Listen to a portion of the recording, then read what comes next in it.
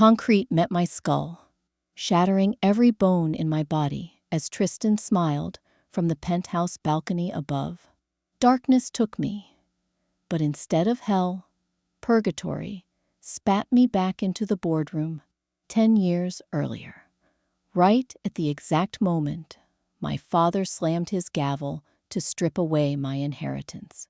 This time, there would be no begging, no tears, only a signed contract, a silent exit, and a decade-long masterclass in absolute, merciless corporate annihilation. Cold sweat clung to my collar. The phantom sensation of wind rushing past my ears and the sickening crunch of my own spine snapping on the Manhattan pavement still vibrated in my teeth. But there was no pavement. There was only the suffocating scent of polished mahogany, expensive cigars, and my mother's overpowering Chanel perfume. I gasped, my hands gripping the edge of a massive oak table. My lungs pulled in violently conditioned air. "Are you quite finished being dramatic, Dobby?" The voice hit me like a physical blow. I blinked away the residual darkness of death and focused on the man sitting at the head of the table, Harrison Reed. My father. He looked exactly as he had 10 years ago.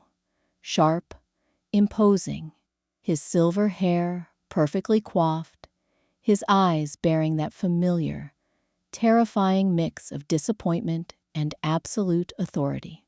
To his right sat my mother, Beatrice, her posture rigid, her gaze fixed on a spot on the wall just above my head.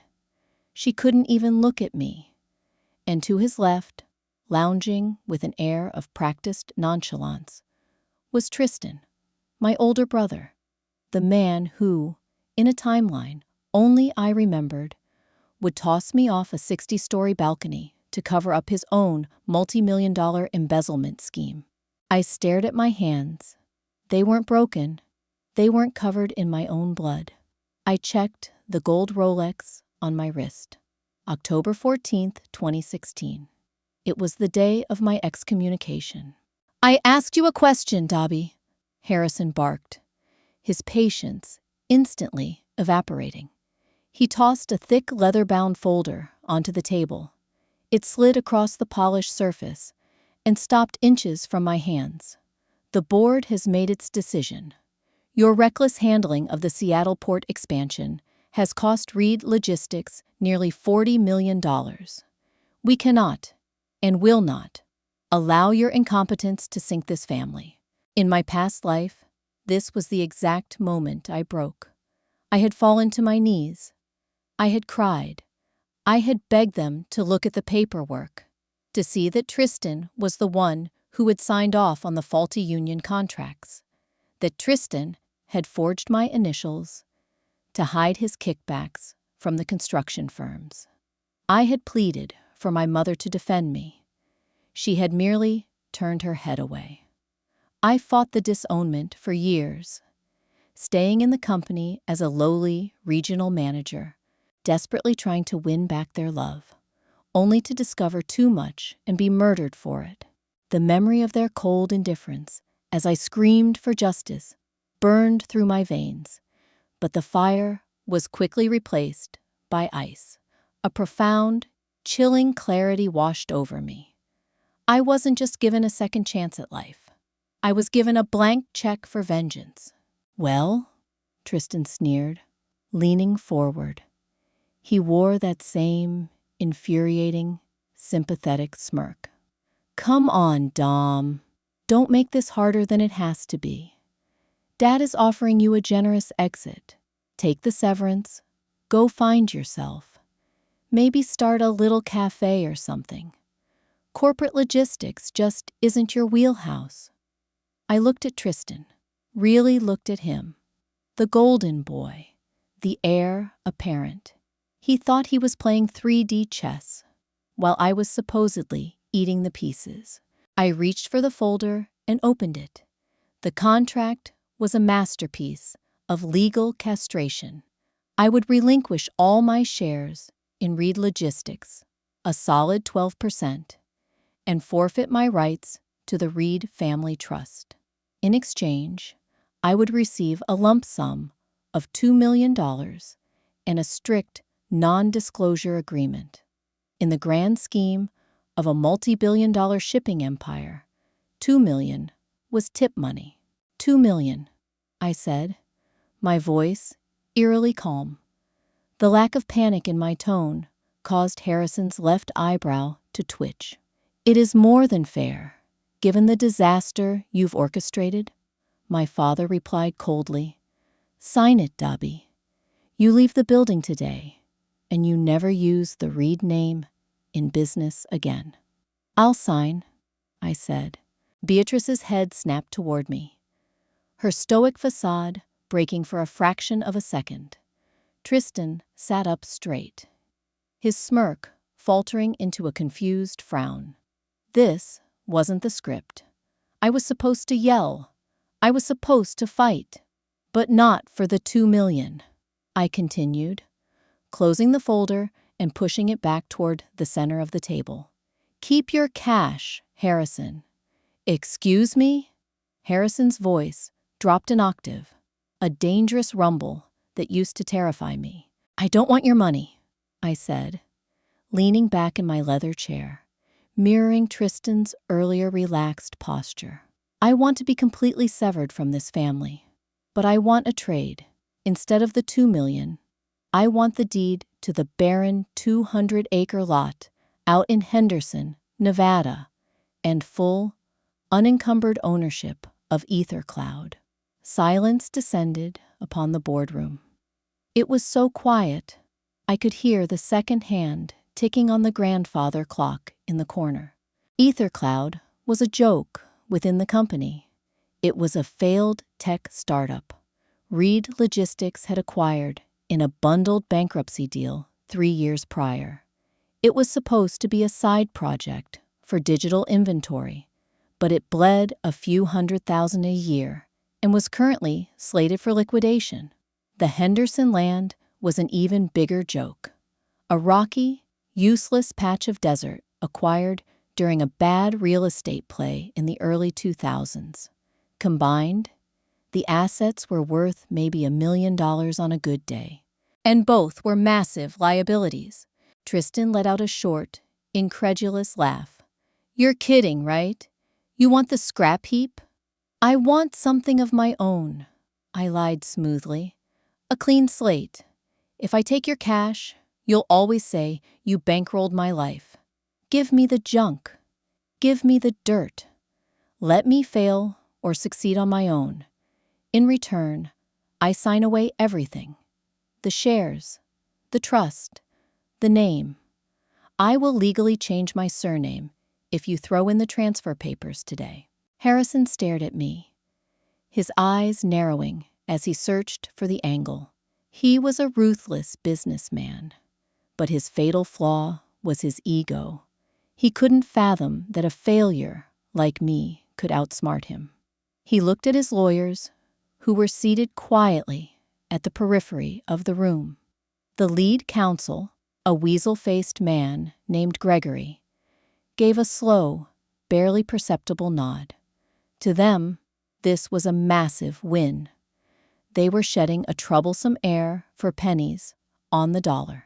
You are a fool, Dubby, Harrison said softly, though there was a glint of greedy satisfaction in his eyes. But if you wish to trade a guaranteed fortune for a patch of sand in a bankrupt server farm, I won't stop you. He snapped his fingers. Gregory scrambled to amend the documents. Within 30 minutes, the new contracts were placed before me. I read every line, ensuring there were no hidden clauses, no non-competes that applied to independent tech ventures outside of traditional shipping logistics. It was ironclad. I picked up the Mont Blanc pen. I didn't hesitate. My signature slashed across the bottom of the pages, legally executing my own disinheritance. I stood up, buttoning my suit jacket.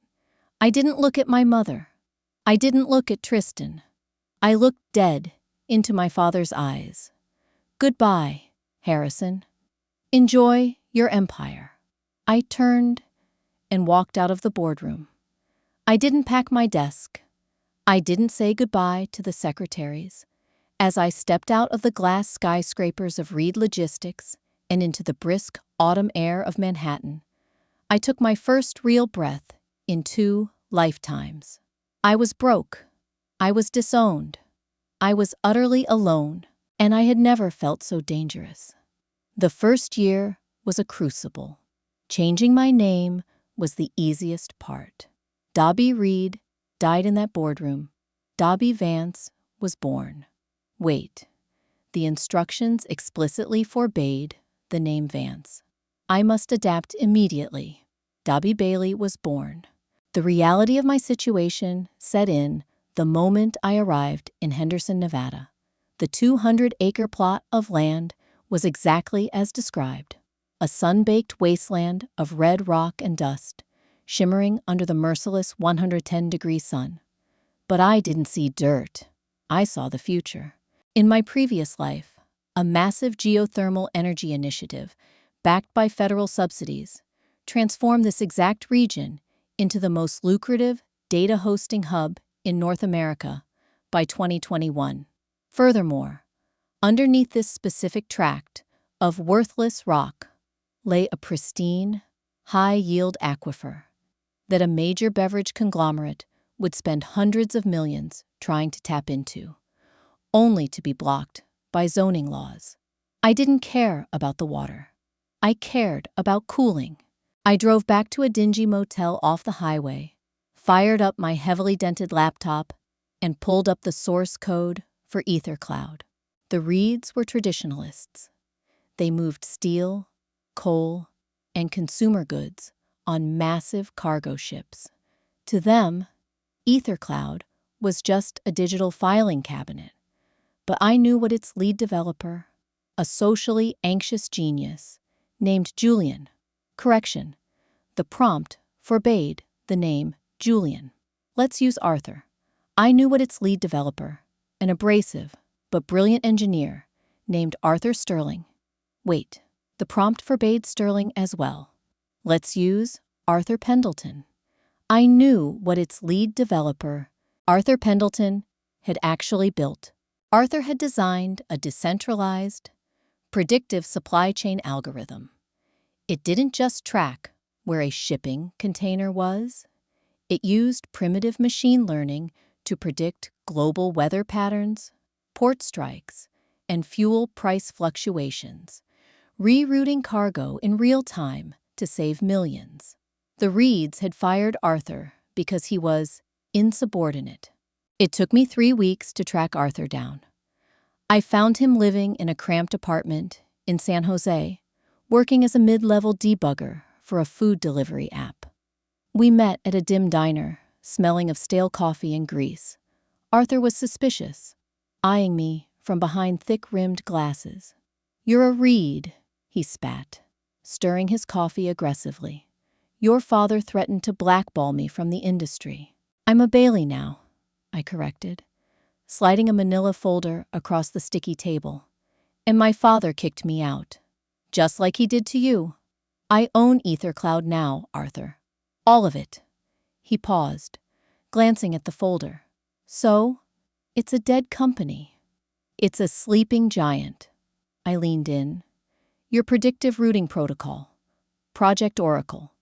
You never finished it because they pulled your funding." Arthur's eyes narrowed. "How do you know about Oracle? I hid those files." "I know a lot of things," I said, tapping the folder.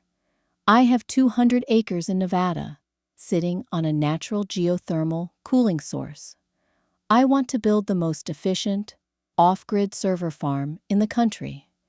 And I want EtherCloud's Oracle protocol to run the logistics for every major competitor Reed Global has. I am going to make their traditional shipping lanes obsolete. You have money for this?" "Not a dime," I smiled. "But I have the land. I have the proprietary rights. And I have the motivation to burn Harrison Reed's empire to the ground. I'll give you 40% of the company and full creative control as CTO. We build it from the dirt up. Arthur stared at me for a long time. The anger in his eyes slowly morphed into something else. Ambition. Spite. 45, Arthur countered. Deal. We named the new holding company Zenith Nexus. The next 3 years were a brutal grind of pitch meetings, maxed out credit cards, and sleepless nights coding in unair-conditioned warehouses. We leveraged the Nevada land to secure a massive loan from a venture capital firm in Singapore, one that despised Harrison Reed's monopolistic grip on Pacific shipping routes.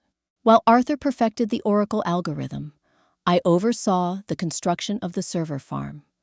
We utilized the subterranean aquifer to create a closed-loop liquid cooling system, cutting our energy costs by 60% compared to standard data centers. By 2019, Zenith Nexus wasn't just a tech startup. We were an indispensable infrastructure pillar for e-commerce giants who needed faster, cheaper routing. Meanwhile, I kept a close, silent watch on my former family. Tristan was exactly the disaster I knew he would be. Promoted to chief operating officer, he immediately began modernizing in all the wrong ways. He bought fleets of new, overpriced cargo ships, just as global manufacturing was beginning a slow shift toward nearshoring. He doubled down on long-term union contracts in ports that were actively automating. Every night, I would sit in my office, looking at the financial reports of Reed Logistics. I watched their profit margins shrink from 14% to 9%. I watched Harrison's public statements grow increasingly defensive. They didn't know about Zenith Nexus. My name was buried behind 3 layers of shell companies and blind trusts. To the world, the CEO of Zenith was a hired proxy. I was a ghost. Then, in late 2020, the event I had been waiting for finally occurred. A massive blockage in a crucial global canal crippled international shipping for weeks. Traditional logistics companies bled billions. Reed Logistics, heavily over-leveraged by Tristan's new fleet, was caught with 90% of its cargo idling in the water. But our clients, Zenith Nexus's Oracle protocol, had predicted a high probability of bottleneck delays based on regional port congestion data. 2 weeks before the blockage, our algorithm had quietly rerouted our clients' high-value freight through alternative overland and air routes. Our clients barely felt a bump. Reed Logistics took a massive, catastrophic hit to their stock price.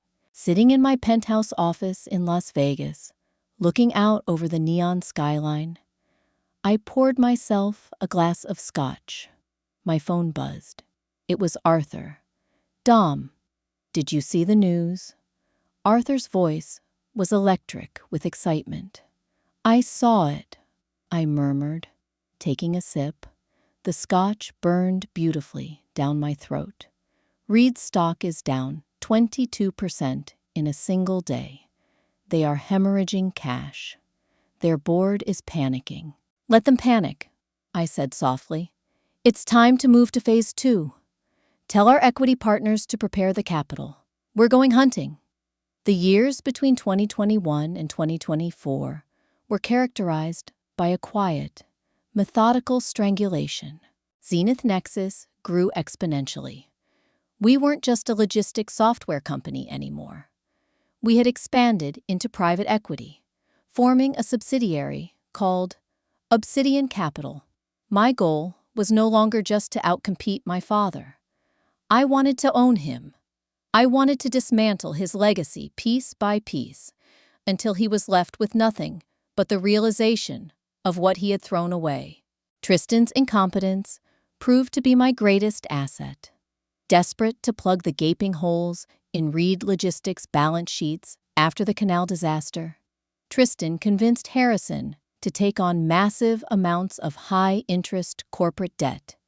They issued bonds, leveraging their oldest, most valuable assets, the deep-water ports they owned in California and New York. Tristan believed the market would rebound. He believed his own hype, surrounded by sycophants who told him he was a visionary. Harrison, aging and stubbornly refusing to admit his golden boy was a failure, signed off on the loans. They thought they were borrowing from faceless institutional banks in Europe and Asia. They were wrong. Through Obsidian Capital, I quietly bought up Reed Logistics debt on the secondary market. Every time a bank wanted to offload the risky Reed bonds, Obsidian was there, sweeping them up through proxy buyers. By the end of 2024, Zenith Nexus, and by extension, me, was the largest singular creditor to my own family's empire. I effectively owned the mortgages to their castles. But simply calling in the debt wasn't enough. If I forced them into bankruptcy, they would restructure, shed the bad weight, and survive. I needed them completely exposed. I needed a fatal blow. The opportunity arose in the form of a government contract, Project Leviathan. The Department of Defense was looking for a private contractor to overhaul its global supply chain for military bases.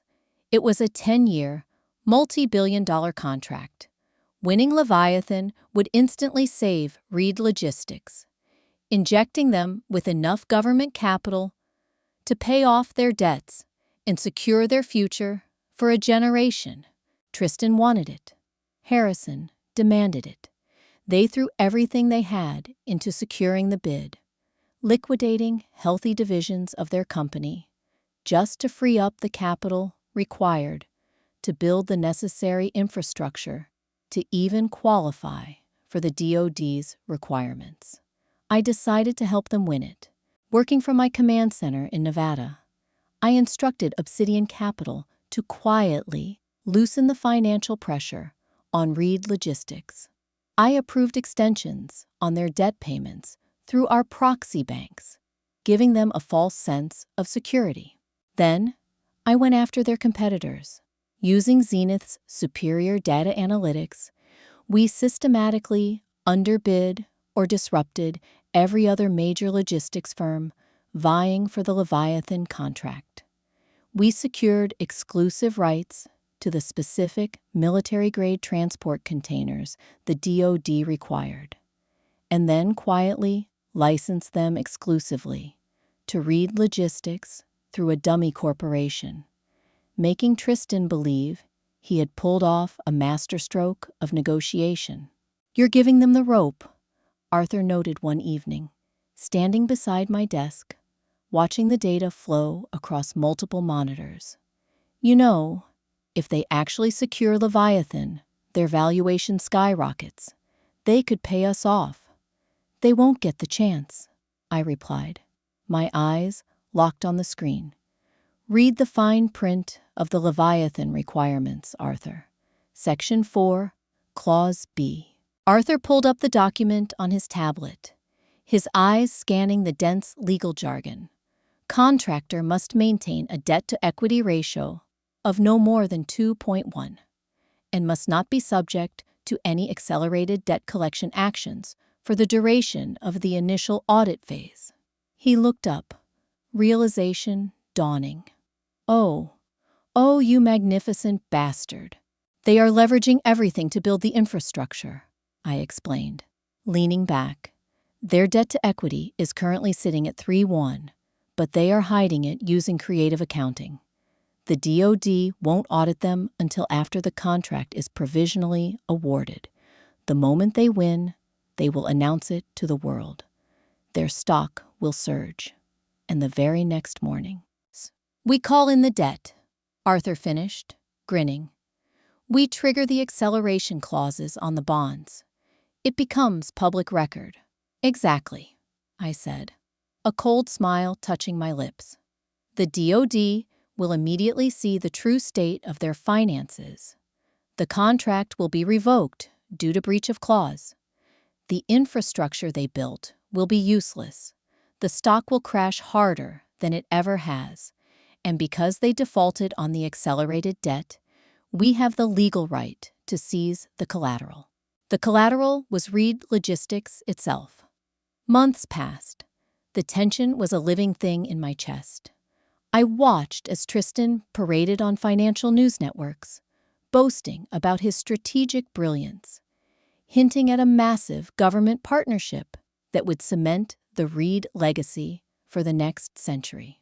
Harrison gave interviews, looking smug, claiming that traditional business values always triumph over volatile tech trends. It was sickening. It was perfect.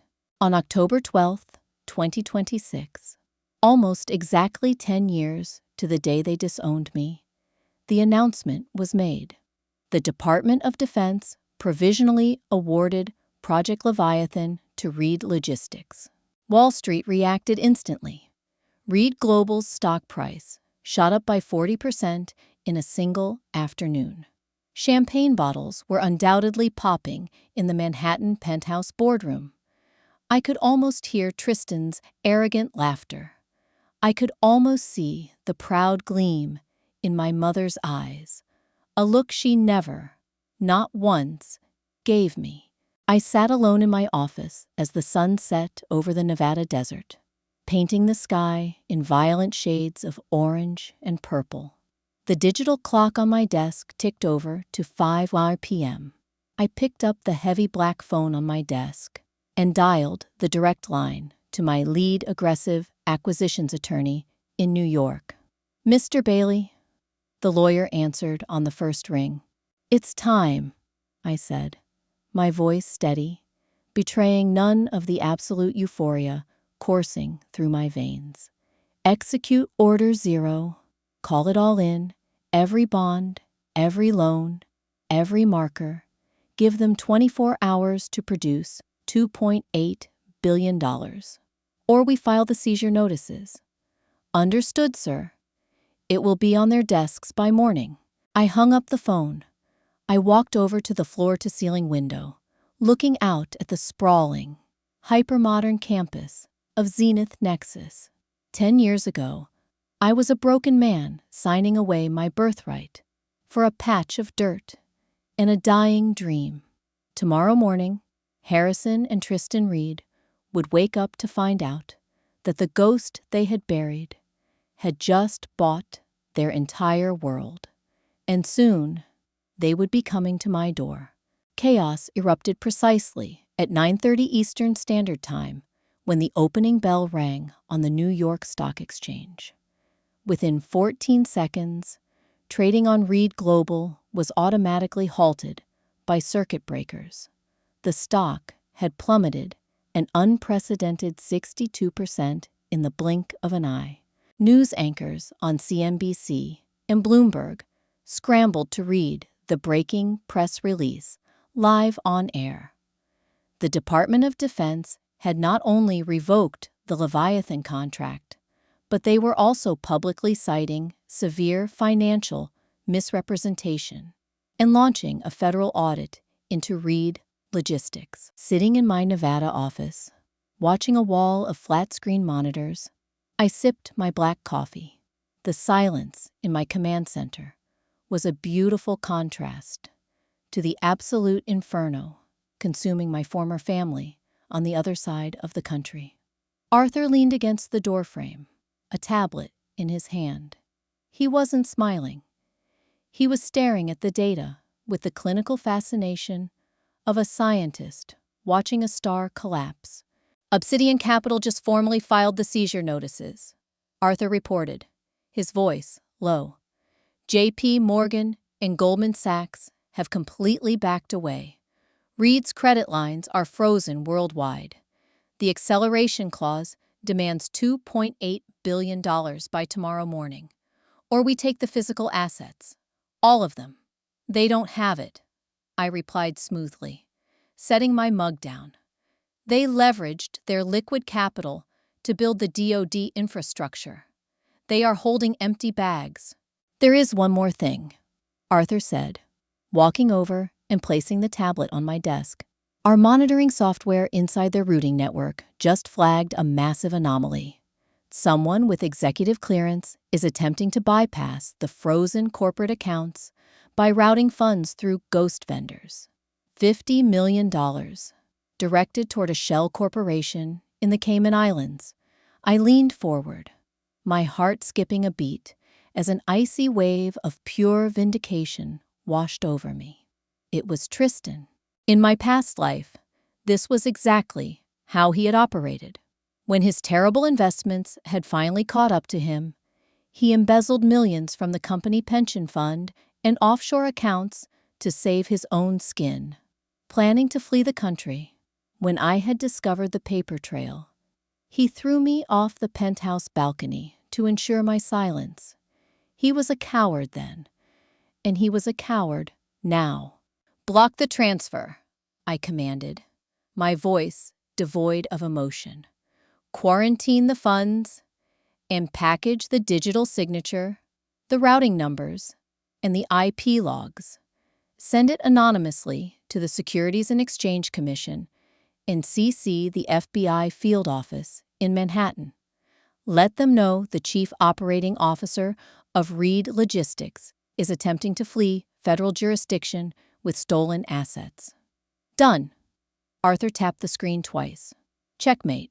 The next 48 hours were a masterclass in corporate dissection. Unable to meet the debt obligations, Harrison Reed was forced into an emergency board meeting. The institutional shareholders, terrified of federal indictments and total bankruptcy, voted to surrender a controlling 80% equity stake directly to the primary creditor, Obsidian Capital. Harrison and Tristan fought it tooth and nail, but they had no leverage. The contracts they had signed were ironclad, authored by the very same legal team I had hired away from them 5 years ago. By Friday afternoon, a judge signed the transfer order. Zenith Nexus, through Obsidian Capital, was now the sole proprietor of Reed Logistics. We own their ships, we own their ports, we own their brand, we even own the skyscraper bearing their name. And as the new majority shareholder, my first executive order was swift and merciless. The immediate termination of the current CEO, COO, and the entire executive board, effective immediately, without severance, pending a massive internal fraud investigation. Furthermore, because Harrison had foolishly tied his personal real estate and family trust to the company's margin loans, the banks came for their homes.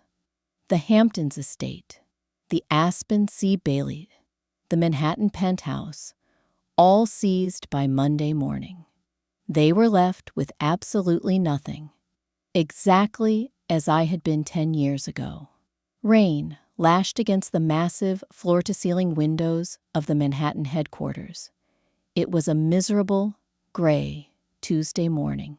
I stood in the center of the penthouse boardroom, the very same room where my father had slammed his gavel, where my mother had looked away, and where my brother had smirked as they cast me into the desert. The heavy oak table was still here. The grandfather clock still ticked in the corner. But the name on the wall behind the executive chair had been stripped away. A crew was currently installing the brushed steel logo of Zenith Nexus. My security chief, a former Navy SEAL named Carter, stepped into the room. He kept his hands respectfully behind his back.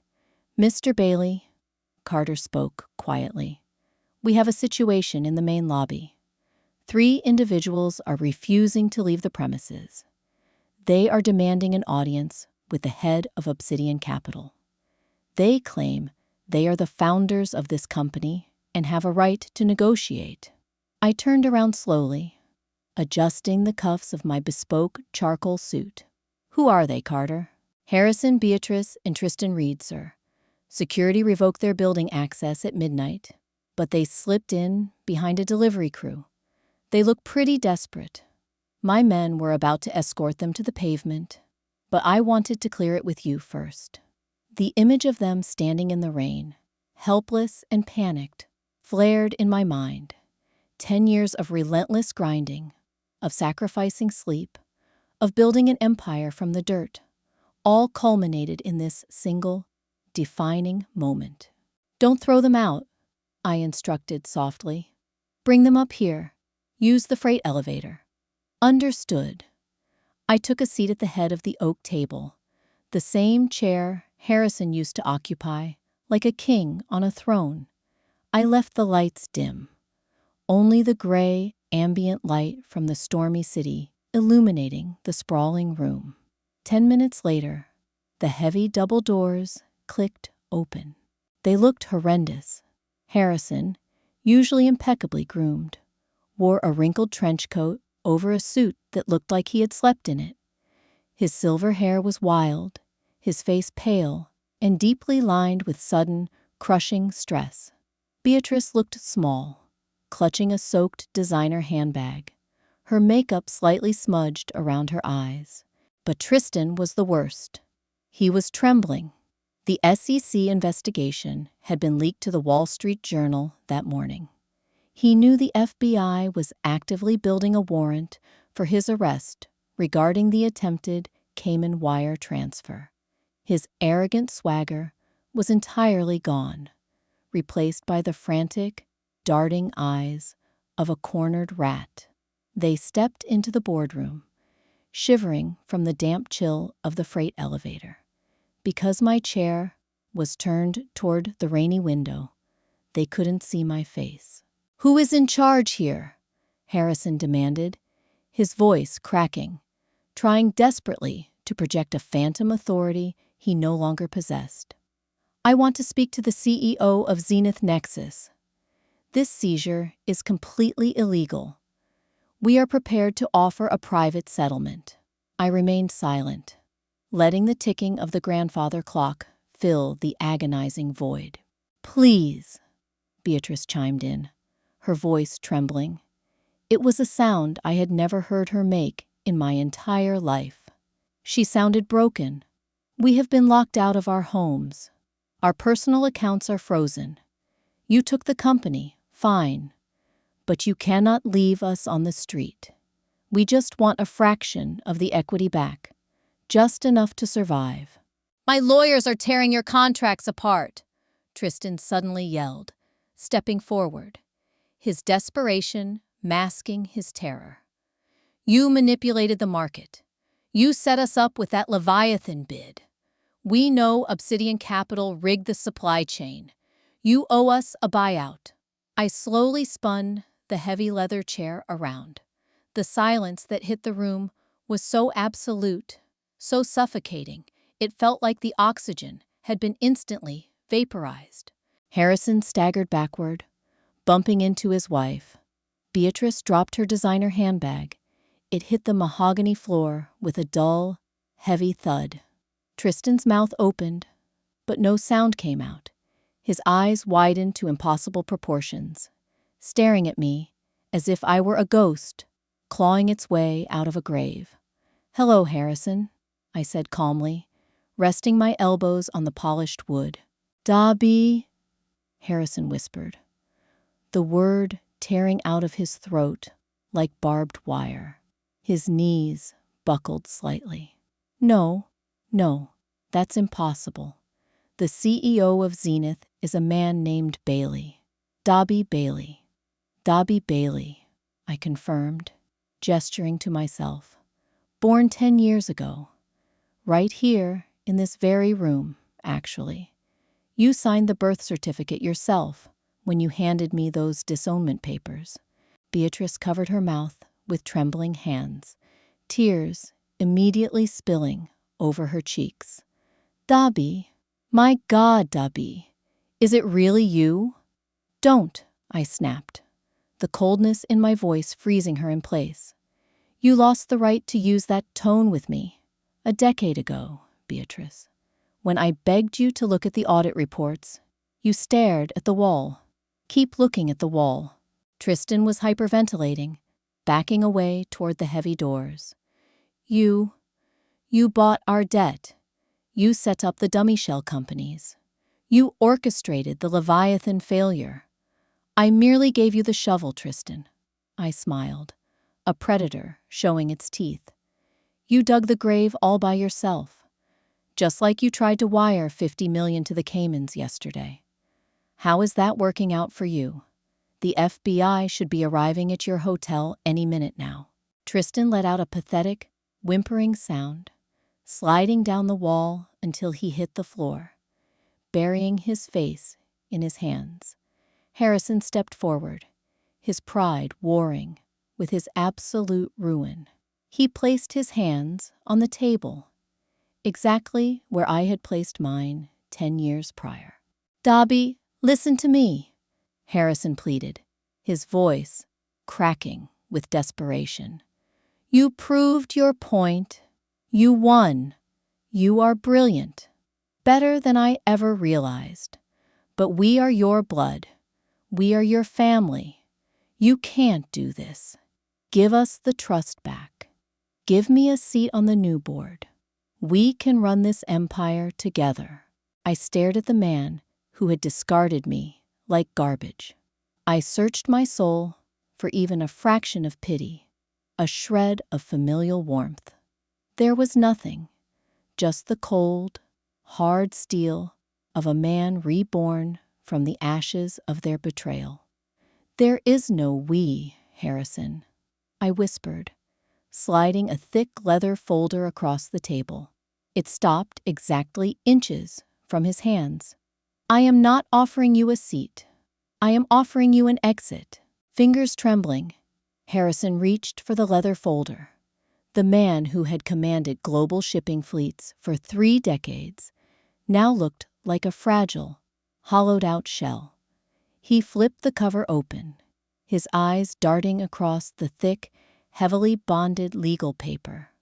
For a long moment, the only sounds in the boardroom were the rhythmic drumming of the storm against the glass and Tristan's muffled hyperventilation from his spot on the floor.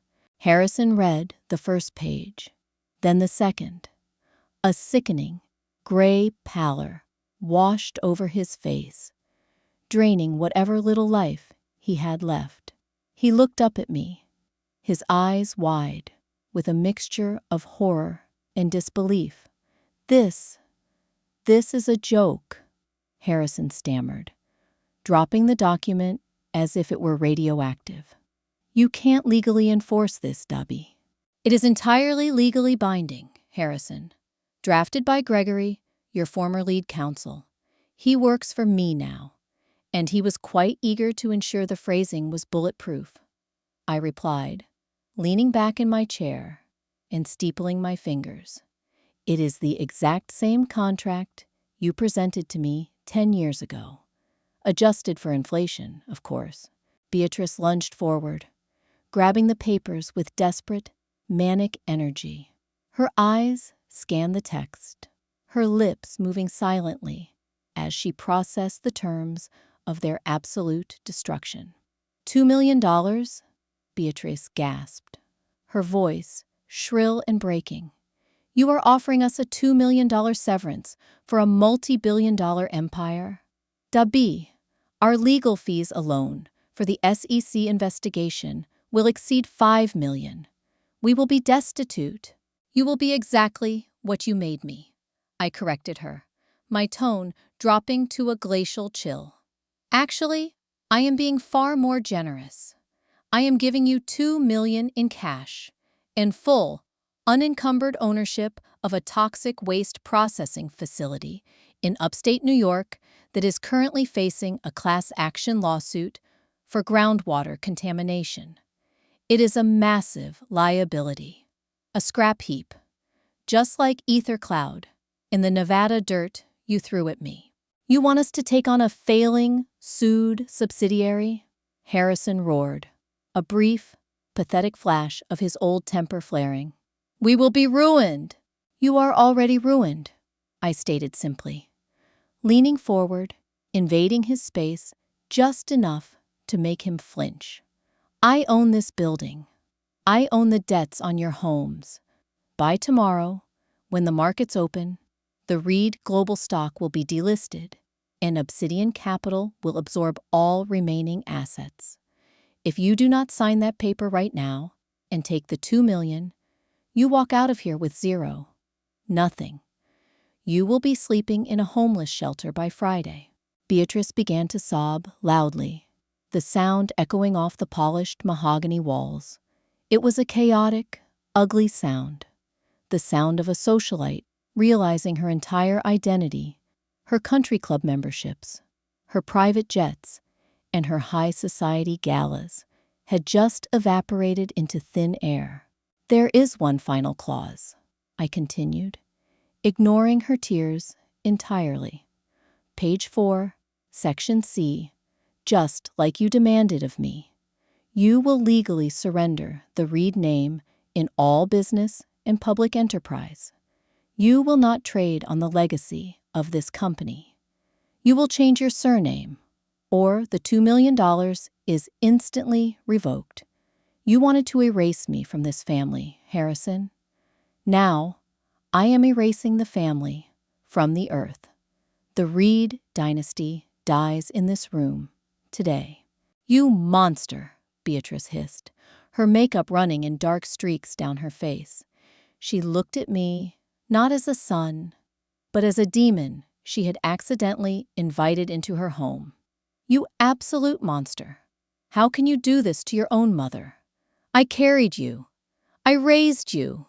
You raised a scapegoat," I fired back, my voice echoing like a gunshot. The sheer force of my words made both of them recoil. "You raised a shield for your golden boy to hide behind. 10 years ago, I sat in that exact chair, looking at you, begging you to read the audit reports, begging you to see that Tristan was forging my signature to steal from the company. And what did you do, Beatrice? You turned your head and looked at the wall. You let them throw me to the wolves so your precious heir could keep his title." Tristan, who had been rocking back and forth on the floor, suddenly scrambled to his feet. His suit was covered in dust from the floorboards, his tie askew. The terror in his eyes had mutated into a cornered, rabid frenzy. "You think you're so smart," Tristan screamed, spittle flying from his lips. He pointed a trembling finger at me. "You think you won because of a lucky tech algorithm. You were always a loser, Dom. Always. You just got lucky with some Nevada dirt." "Luck is what happens when preparation meets opportunity, Tristan," I said softly, never breaking eye contact. "You had a $3 billion empire handed to you on a silver platter, and you drove it into a mountain because you couldn't stop stealing from your own pension funds. You are a fraud." "I should have done it," Tristan whispered, his voice suddenly dropping to a haunting, manic pitch. He began pacing, his hands pulling at his own hair. "I should have paid that mechanic. I had the cash ready. $100,000 to cut your brake lines before you drove out of the city 10 years ago. I thought disowning you was enough. I thought you'd drink yourself to death in the gutter. I should have had you killed when I had the chance." The room froze. Beatrice gasped, covering her mouth as she stared at her eldest son in absolute horror. Harrison looked as if he had been physically struck, stepping away from Tristan as if the man were carrying the plague. I sat perfectly still. The air in my lungs turned to ice. In my previous life, he hadn't needed a mechanic. He had used his own hands and a 60-story drop. But hearing him admit the premeditated malice in this timeline, hearing him confirm that my execution was always part of his design, erased whatever microscopic sliver of lingering guilt I might have subconsciously harbored. Carter, my security chief, instantly stepped forward from the shadows of the doorframe, his hand slipping inside his suit jacket, ready to neutralize a threat. I held up a single finger, stopping him in his tracks. "Well," I breathed, a dark, dangerous smile spreading across my face. Thank you for that, Tristan. The federal agents waiting downstairs will find that recorded admission incredibly useful. Tristan stopped pacing. The color completely drained from his face, leaving him looking like a corpse. Recorded? I tapped the discreet, sleek black box sitting in the center of the oak table, the primary microphone for the boardroom's teleconferencing system. Its tiny red LED light was pulsing steadily, broadcasting directly to our secure servers and, by extension, to the digital file I was actively building for the authorities. Did you really think the new CEO of a multi-billion-dollar tech firm wouldn't record a hostile negotiation in his own boardroom? I asked, my voice dripping with mock sympathy. Conspiracy to commit murder, wire fraud, embezzlement, and attempting to flee federal jurisdiction. I'd say you are looking at roughly 25 to 30 years in a federal penitentiary, Tristan, assuming you survive the initial sentencing. No, no, no, no, Tristan shrieked, a wild, animalistic sound. He lunged across the mahogany table, his hands reaching for my throat. He didn't make it halfway. Carter moved with the terrifying speed of a seasoned operative. He grabbed Tristan by the collar of his expensive suit, spun him around, and slammed him face first into the polished wood of the table. The sickening crunch of Tristan's nose, breaking, echoed through the room. Tristan howled in pain, blood immediately pooling on the very surface where he had once arrogantly signed his fraudulent contracts. Hold him, I instructed Carter calmly, not even bothering to stand up from my chair. The heavy boardroom doors swung open. 3 men in dark windbreakers bearing the letters FBI walked in, their badges clipped to their belts. Following close behind them were 2 uniformed NYPD officers. Dobby Bailey?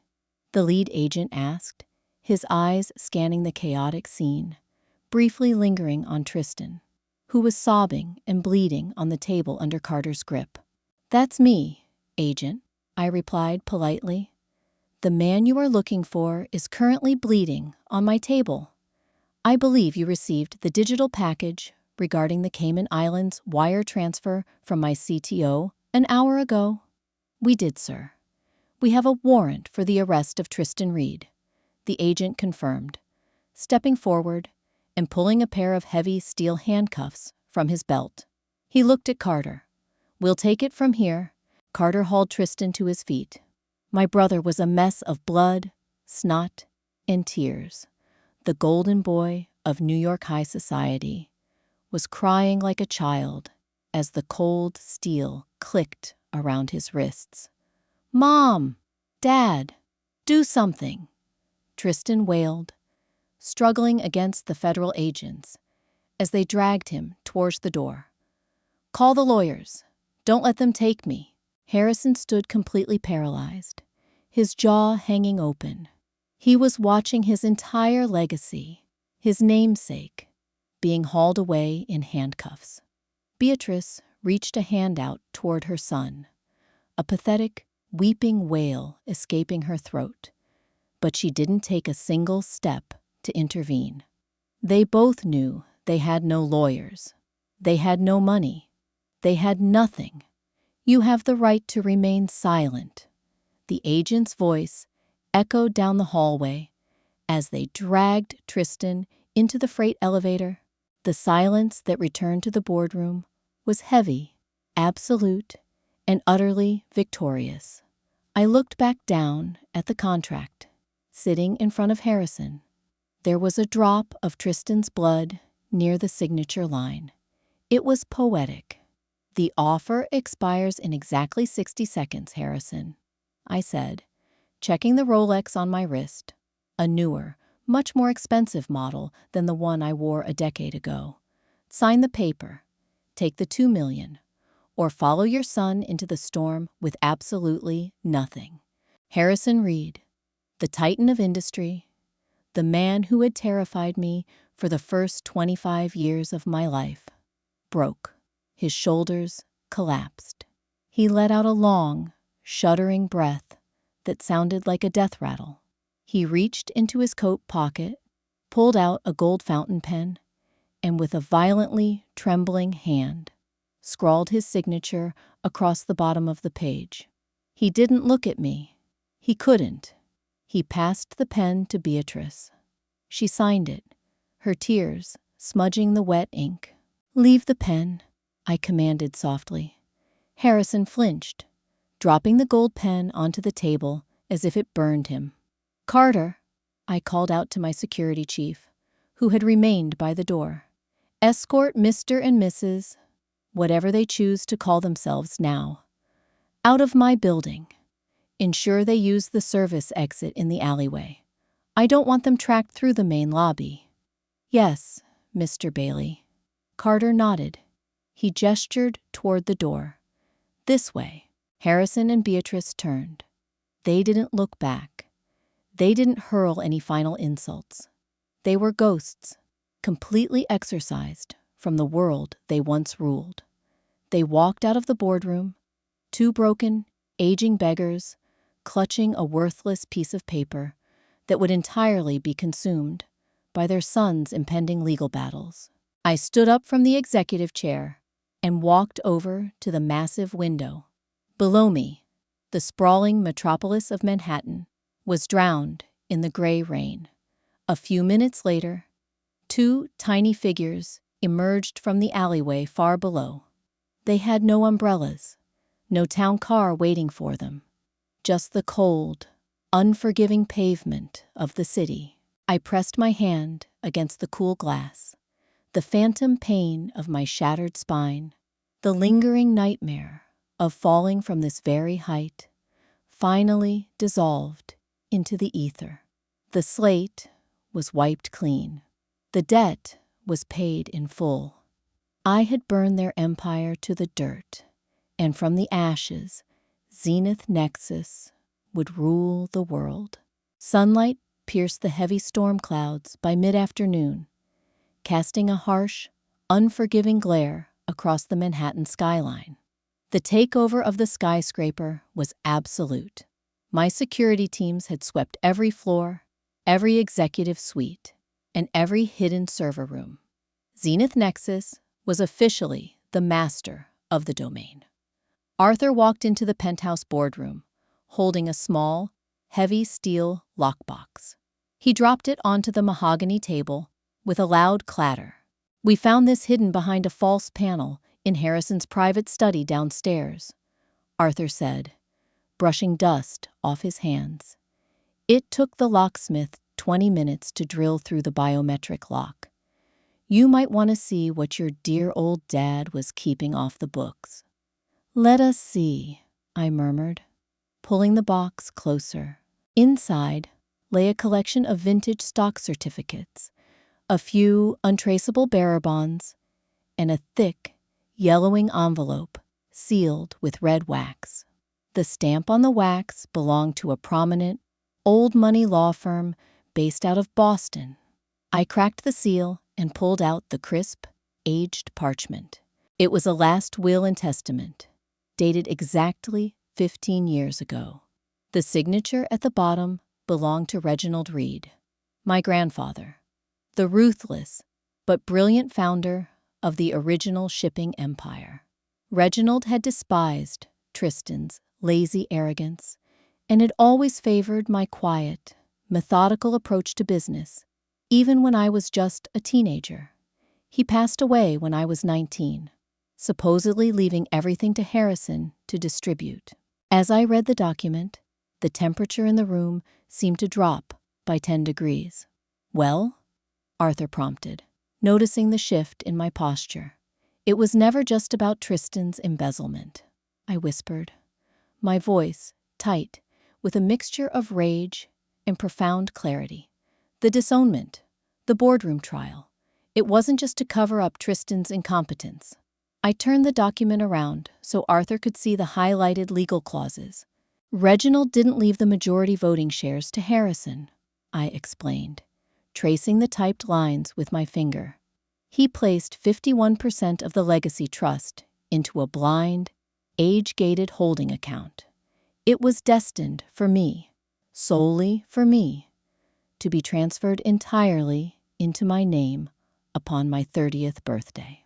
Arthur's eyes widened as he processed the legal jargon. Wait, if you owned 51%, you would have had absolute veto power over Harrison and Tristan. They would have been your employees. Exactly, I nodded, a bitter chuckle escaping my lips. But there was a morality clause. If I were to be legally excommunicated from the family entity, or if I signed a voluntary disinheritance agreement prior to my 30th birthday, the trust would automatically default back to the acting CEO, Harrison. The sheer, calculated malice of it all washed over me. 10 years ago, they hadn't just thrown me to the wolves to save Tristan's pride. They had orchestrated my downfall to steal a multi-billion-dollar birthright that my grandfather had explicitly meant for me. They knew my 30th birthday was approaching back then, and they needed me out of the picture before the legal transfer triggered. They played you, Arthur said quietly. They tried, I corrected, folding the parchment and sliding it into the inner pocket of my suit. But the universe has a very funny way of balancing the scales. They stole a trust fund, and in return, I bought their entire existence. While Zenith Nexus soared to unprecedented market heights over the next 3 months, the reality of the generous severance package I had forced upon my parents began to set in. Through my private investigators, I kept a very close eye on Harrison and Beatrice. The $2 million in cash vanished almost instantly.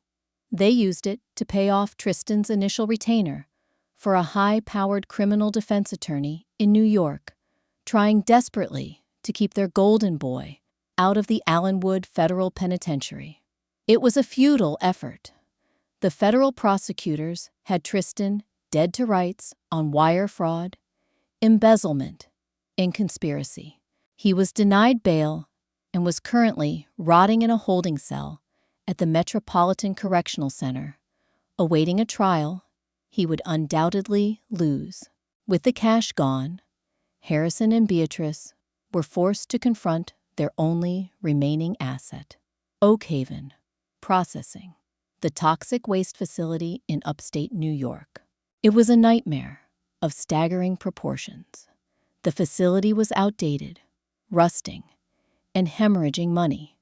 Worse, the Environmental Protection Agency, EPA, had just finalized their investigation into the groundwater contamination lawsuit. As the newly documented sole proprietors of Oakhaven, Harrison and Beatrice were now personally liable for the environmental cleanup. They tried to sell it. Nobody would touch it. They tried to declare bankruptcy, but the specific legal phrasing Gregory had embedded in their severance contract explicitly prevented them from discharging the EPA fines through corporate restructuring. They were trapped in a radioactive cage of their own making.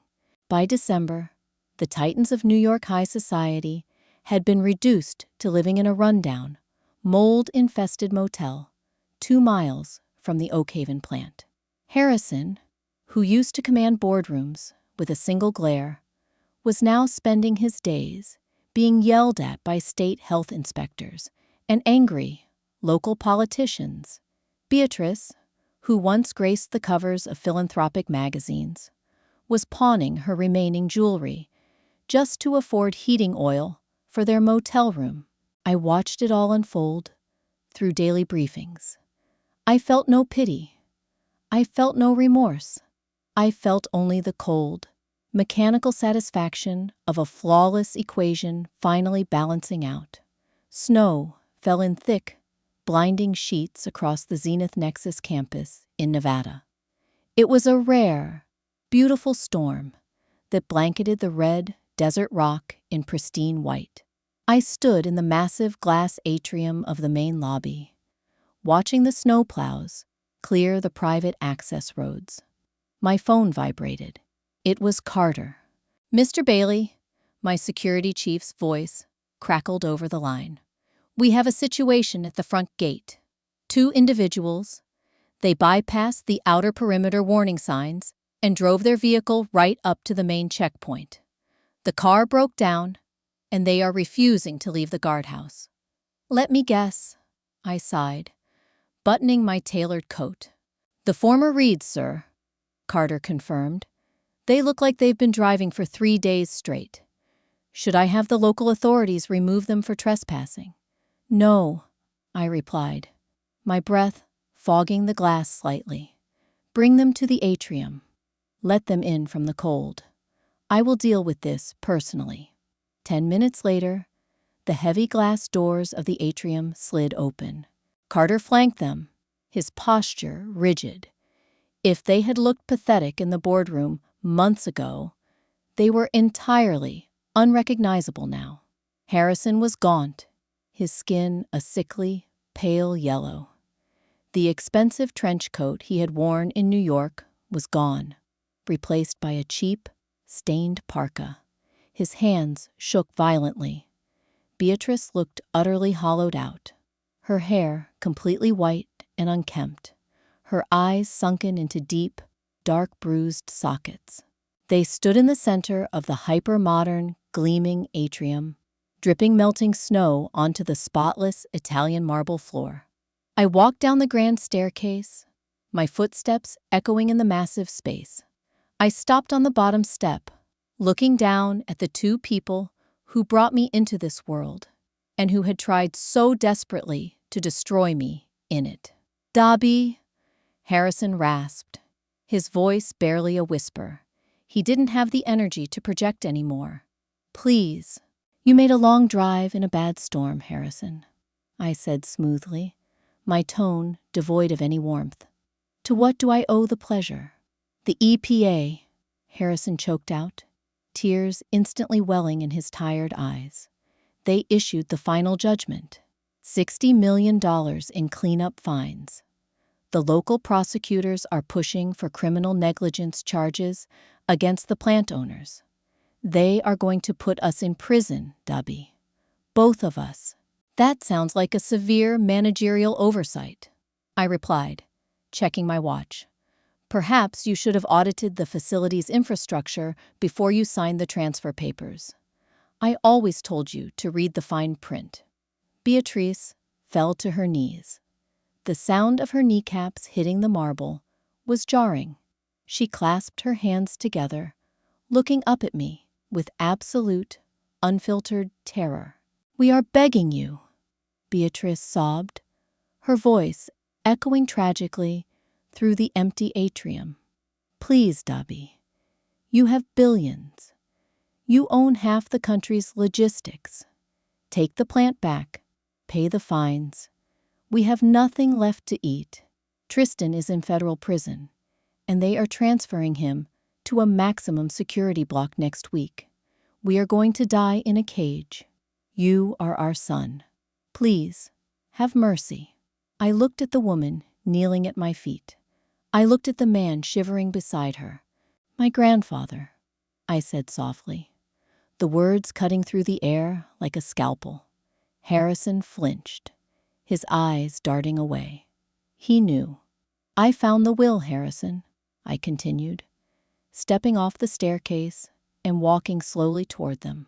"I found Reginald's trust. I know you orchestrated my disownment to steal the inheritance he left for me. You didn't just abandon your son. You robbed him. You planned it for years." Harrison squeezed his eyes shut, a pathetic whimper escaping his throat. I needed the capital to keep Tristan's division afloat. He was the heir. He needed the backing. He was a parasite," I corrected coldly. "And you fed him my blood." I reached into my coat pocket and pulled out a single, crisp $100 bill. I dropped it on the marble floor. It fluttered gently, landing right between Beatrice's trembling hands. "That is for the gas it will take for your broken car to get back to the highway," I said, turning my back on them and walking toward the private elevators. "The state troopers will impound it if you leave it at my gates." "Dabi! No, you can't just leave us here," Beatrice screamed, her voice cracking in hysterical agony. "We will go to prison. We will die in there." "Then you better bundle up," I called back over my shoulder, pressing the button for the penthouse level. "I hear upstate New York gets very cold this time of year." The elevator doors slid shut, cutting off the sounds of their frantic, desperate wailing. The silence in the cabin was profound and absolute. As the glass elevator rocketed upward, offering a panoramic view of the snow-covered empire I had built from the dirt, I let out a long, slow breath. The past was finally dead. The reborn king had claimed his throne, and there was no one left to challenge the crown. If this story of absolute betrayal, relentless ambition, and cold-blooded corporate revenge kept you on the edge of your seat, smash that like button right now. Don't forget to share this video with anyone who loves a brilliant underdog comeback story. And hit subscribe to join our community for more intense, first-person narrative dramas. Drop a comment below, telling us what you would have done if you found that hidden will in the safe. Until next time, stay sharp, trust no one, and always read the fine print.